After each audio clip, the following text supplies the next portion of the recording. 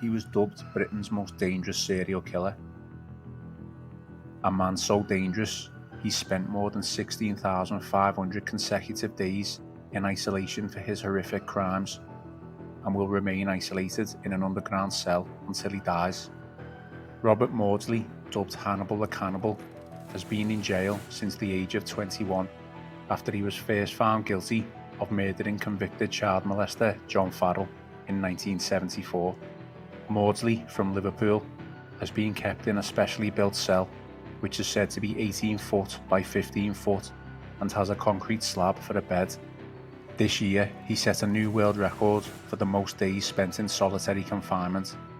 He is deemed to be so dangerous that he cannot associate with other prisoners or guards, and spends most of his time alone in a glass box and behind bulletproof windows with a table and chair made of compressed cardboard. The toilet and sink are also bolted to the floor, with his cell said to be similar to that of cannibal killer Hannibal Lecter, played by Anthony Hopkins in the 1991 film Silence of the Lambs. Jailed 48 years ago in 1974, he is believed to be Britain's longest serving prisoner after Moore's murderer Ian Brady. Life behind bars hasn't stopped Maudsley from lashing out, murdering another 3 men since being locked up. The serial killer was one of 12 children and was taken into care when he was still a baby. When he was 8, his parents came to take him and his siblings home, and he was subjected to years of violent abuse. As soon as he was 16, Maudsley fled home, but soon became trapped in a spiral of drug abuse and funded his habit by working as a rent boy. One of his clients, John Farrell, was the first man he murdered in 1974. Maudsley garroted him after he showed him photographs of children he had sexually abused. Maudsley was jailed for life, with the recommendation that he should never be released and sent to Broadmoor Hospital, which housed some of the country's most dangerous prisoners. For several years, Maudsley kept himself out of trouble, but in 1977, he and fellow prisoner David Cheeseman barricaded themselves in a cell with convicted child molester David Francis. For 9 hours they tortured Francis in the most brutal way. When guards finally broke the door down, Francis was dead. Maudsley was then moved to the maximum security Wakefield prison in Yorkshire, but a year after he killed Francis, his murderous rage returned. On July 29, 1978, he garroted and stabbed wife killer Salney Darwood in his cell and hid the body under the bed.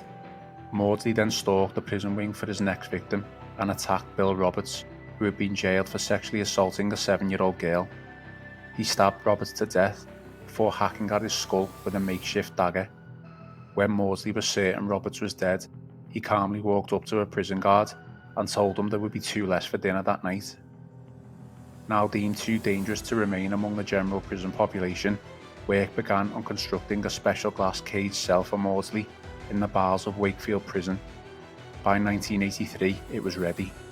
The killer once described this cell as, quote, like being buried alive in a coffin, and in the early days of his confinement, he wrote to newspapers campaigning for better treatment. In 2000, he went to court in a bid to be allowed to die. His nephew, Gavin Maudsley from Liverpool, told Channel 5's Evil Behind Bars that his uncle had now accepted his fate.